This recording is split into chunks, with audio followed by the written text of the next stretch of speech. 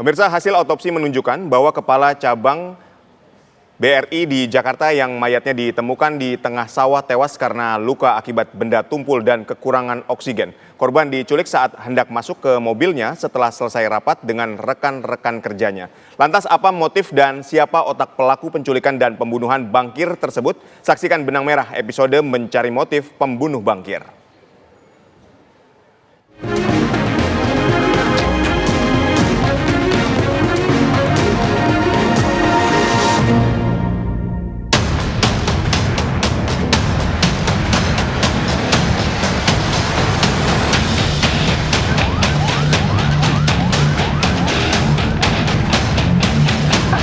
Tangan di belakang, tangan belakang.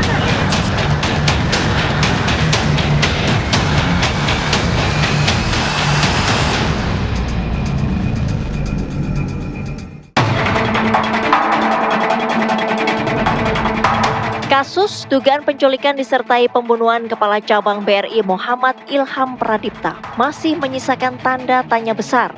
Siapa otak dan motif pembunuhan? Meski polisi telah meringkus belasan pelaku. Terbaru, Direktorat Reserse Kriminal Umum Polda Metro Jaya telah menangkap sebanyak 15 orang yang diduga terlibat dalam tewasnya Ilham Pradipta.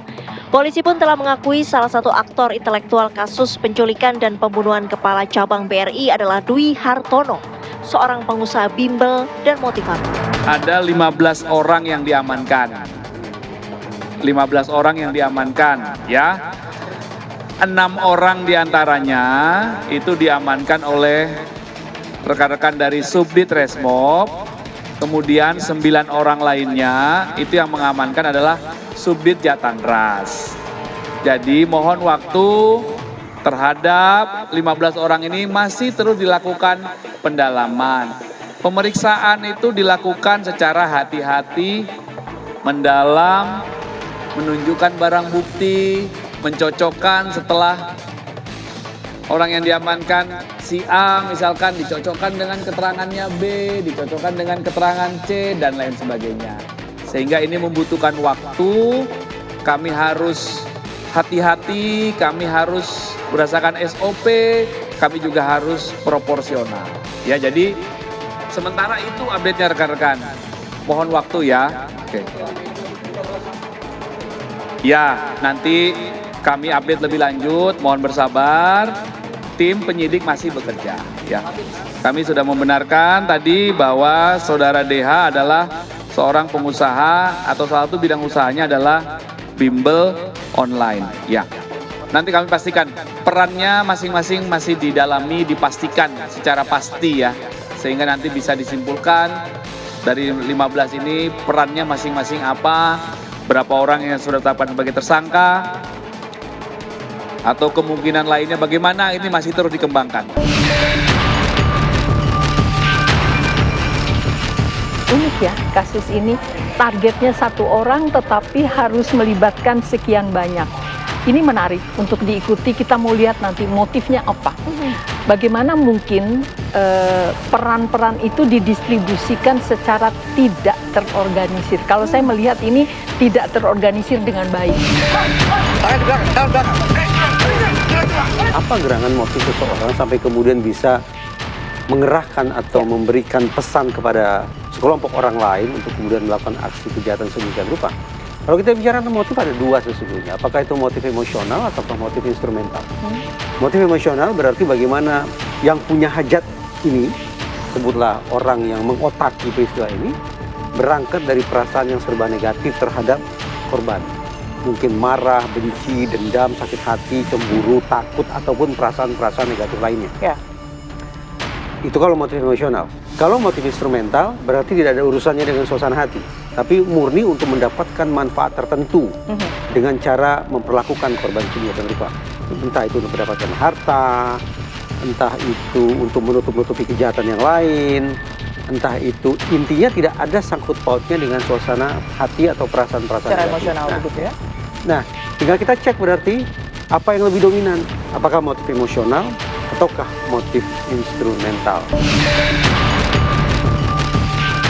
Posisi lakban itu adalah posisi sebatas untuk melumpuhkan korban. Oke. Tutup mata supaya korban tidak tahu berada di mana. Kaki dilakban, mungkin juga tangan dilakban agar tidak melakukan perlawanan atau melarikan diri sedemikian rupa. Nah, karena itu sekali lagi polisi investigasi. Apakah 4 orang atau lebih itu sungguh-sungguh punya niatan untuk menghabisi korban sejak awal, ataukah ini penganiayaan Yang berujung yang pada sayang beribu sayang mengakibatkan korban meninggal dunia? Ditemukan tanda-tanda kekerasan pada bagian luar dan dalam tubuh korban, bagian dada dan leher. Itu luka sayatan atau pukulan?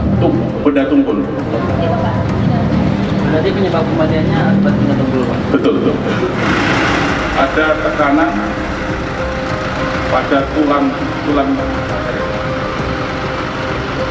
ada tulang leher dan dada yang menyebabkan dia kesulitan bernapas. Sulit bernapas, artinya kekurangan oksigen dong Pak ya? Betul. Ya kalau saya menambahkan tadi ini bisa internal, bisa eksternal, ya kan? Tapi dari kondisi korban di bagian mata itu kan untuk menghilangkan supaya dia tidak bisa melihat kiri kanan siapa ini. 4 orang kan berarti depan 2, belakang 2. Berarti tambah korban 1 kan di tengah nih. Jadi supaya tidak bisa melihat.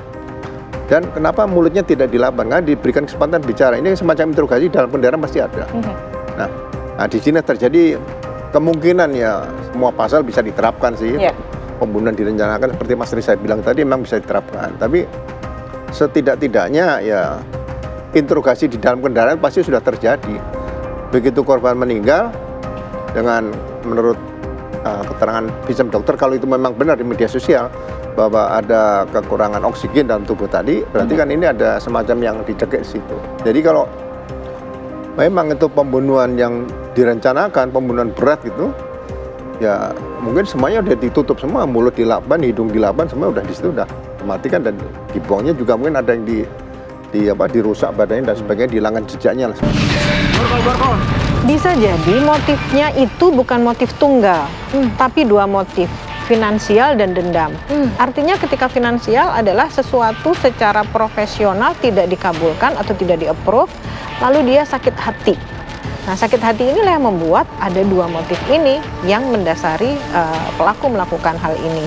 Ditambah lagi dengan melakukan dengan banyak orang, itu sebetulnya apa motifnya, kenapa sampai melibatkan banyak orang gitu untuk melumpuhkan 1 orang. menariknya kenapa? Karena profesi kita lihat. Nah, ini memunculkan aneka dugaan. Hingga kini motif penculikan dan pembunuhan kepala cabang BRI tersebut belum diungkap secara resmi. Spekulasi liar soal motif kematian korban terus menguap, mulai dari persoalan pribadi hingga dugaan fraud atau kecurangan yang berkaitan dengan kredit fiktif.